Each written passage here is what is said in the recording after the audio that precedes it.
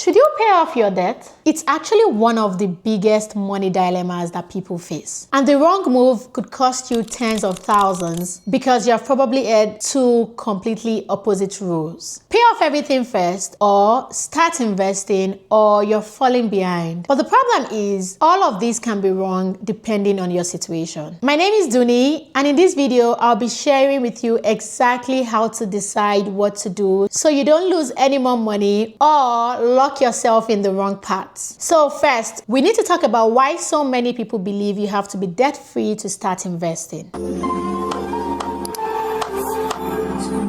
Why you should pay off your debt first? Well, this has a lot to do with the cost of borrowing. In the United States, the average credit card interest rate hovers around 24%, 12% on personal loan and 6% on mortgage. Let's say you owe $5,000 on a credit card with 24% interest rate and you don't pay it off for a year. At the end of that year, you will actually owe $1,200 in interest rate alone, or even more, and that's without spending another dollar. Using the same calculation for personal loan, so a $10,000 personal loan at 12% interest rate, if you don't pay off for a year, will land you in about $1,200 in interest alone. And a $300,000 mortgage at 6% interest rate will cost you about $347,000 in interest over a 30-year period of time, which means you are spending more on the interest rate than you actually even borrowed. It's super easy to see why people believe it's important for you to pay down your debt before you start investing. But following the advice without asking questions, without working out whether it actually makes sense for you, can sometimes backfire, potentially leaving you with less money than if you had just started investing right away. Let's talk about how waiting to invest can cost you thousands. And to show you what I mean, we need to talk about the stock market. When you invest in stocks, the value of your investments can go up or down. But on the average, the stock market as a whole has grown by 8% annually after inflation. And the best part is that these results can compound over time. If you invested $100 at an 8% return, at the end of the year, you'd potentially have $108. In the second year, if you do not withdraw that out, you would get 8% on not just the $100 you originally invested, but on the additional $8 that you got in the first year. That process then becomes a cycle with your gains generating their own gains year over year. And this is where the difference between starting now and waiting longer can become enormous. If you have a credit card charging 20%, for example, you will have to save more by paying that off early than you could reasonably expect to get in the stock market. You can lock those savings in and not have to deal with the risk that comes with the stock market. If your debt is costing you more than you think you can reasonably earn by investing, paying it off usually makes sense. But if your interest rate is lower, say around 4% to 5%, then the right answer is not always as straightforward. To show you what I mean, let's assume you have $10,000 in debt at 5% and your minimum payment is $150 each month. At that rate, if you only paid the minimum, you would be in debt for roughly about 6.5 years, and you would pay about $1,700 in interest rates throughout that period. This assumes that interest is calculated monthly. The rate stays the same and you would make your payments promptly every month. But what if you'd spent those 6.5 years doing things a little different? Let's say you have an extra $200 that you can put towards your finances and you are trying to decide between debt repayment and investing. So strategy A, let's go through this. This is focusing on debt first and then investing. So let's say you put the entire $350 a month towards your debt. That clears the balance in about 2.5 years and sees you paying around $650 to $700 in interest. Then once the debt is gone, you have the full $350 to invest for the next 4 years. By the end of the 6.5 years, you would have around $19,000 in your investment. Then we have strategy B. Pay the minimum and invest the rest from day one. This time you keep paying $150 minimum towards your debt and you start investing $200 from day one for 6.5 years. If you do that for the 6.5 years as discussed, assuming 8% average annual return, most likely at the end of the 6.5 years, your investment would have grown to $20,000 and you would have paid about $1,700 in interest on your credit card, given that you kept on paying the minimum payment of $150 in the background.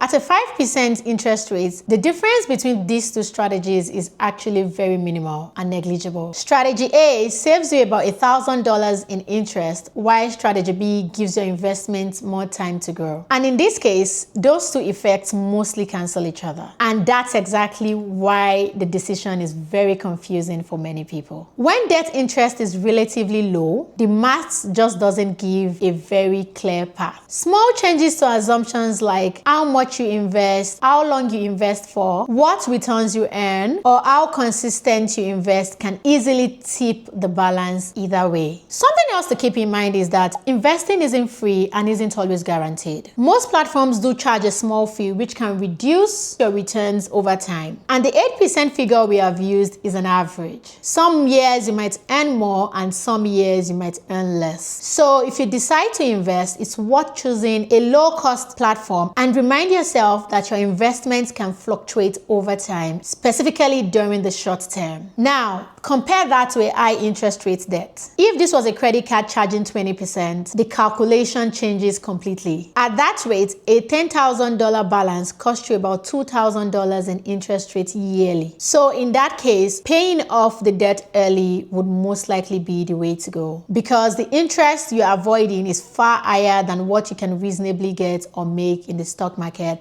in the very short term. And it is guaranteed. Which is why when dealing with relatively low interest rates, the right choice isn't just about the numbers. It is about how comfortable you feel carrying debt, how consistently you are able to invest, and what makes you sleep at night. Now, being able to walk through calculations like this and weigh your options, these are skills that actually get stronger the more you practice. With that, we have come to the end of this video. If you found this content relatable, go ahead and subscribe to this channel and hit the like button to keep getting relatable contents like this. Bye. The Lord bless you and keep you.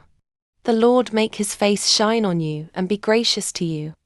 The Lord turn his face toward you and give you peace. Numbers 6:24-26.